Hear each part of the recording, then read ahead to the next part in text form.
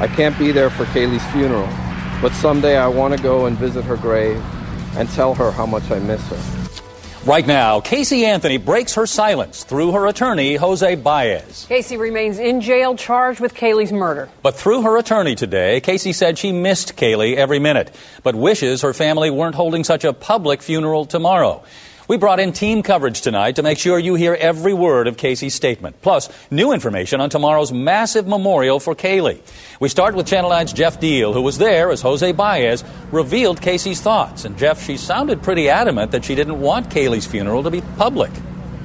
Yeah, you're right. In that statement that her attorney Jose Baez read right out here in front of his office, she said that she wanted this to just be a private family funeral. But basically, she went on to say that it was out of her control and that her parents would do whatever they needed to do to get through this terrible loss.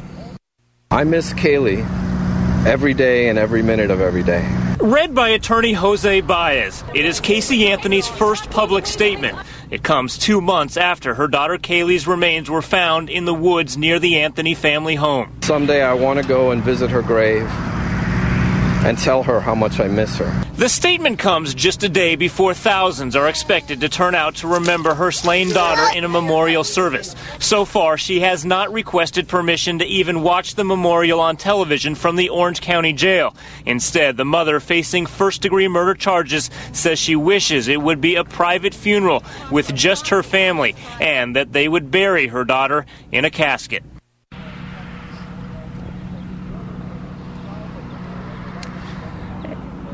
And as you could hear, Jose Baez couldn't even make it through that whole statement without somebody driving by and honking their horn out here. He told us that he would not be attending any kind of public memorial service. He said that he would, however, attend a private one if the family decides to hold a private service.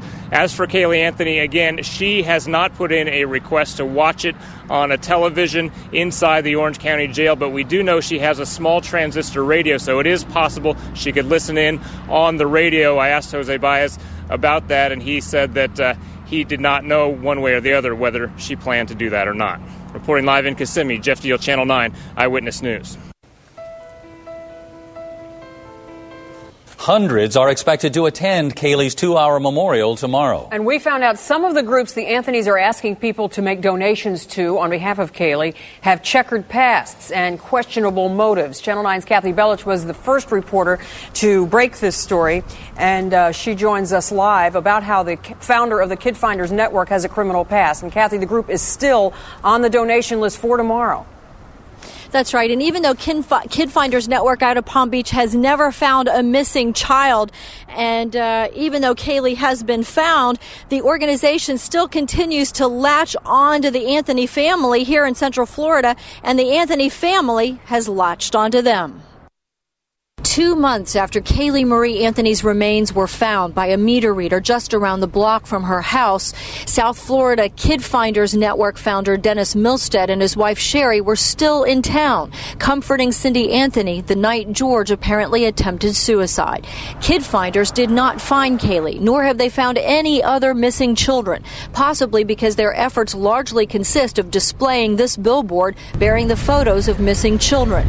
Even after we exposed Milstead's arrests, Cindy is asking for donations to the Kid Finders Network rather than sending flowers for Kaylee's memorial service tomorrow. You don't know about this? You were arrested for it. You served 12 months probation. Milstead has been arrested for assault and for impersonating a police officer, claiming to be one and using a phony blue light.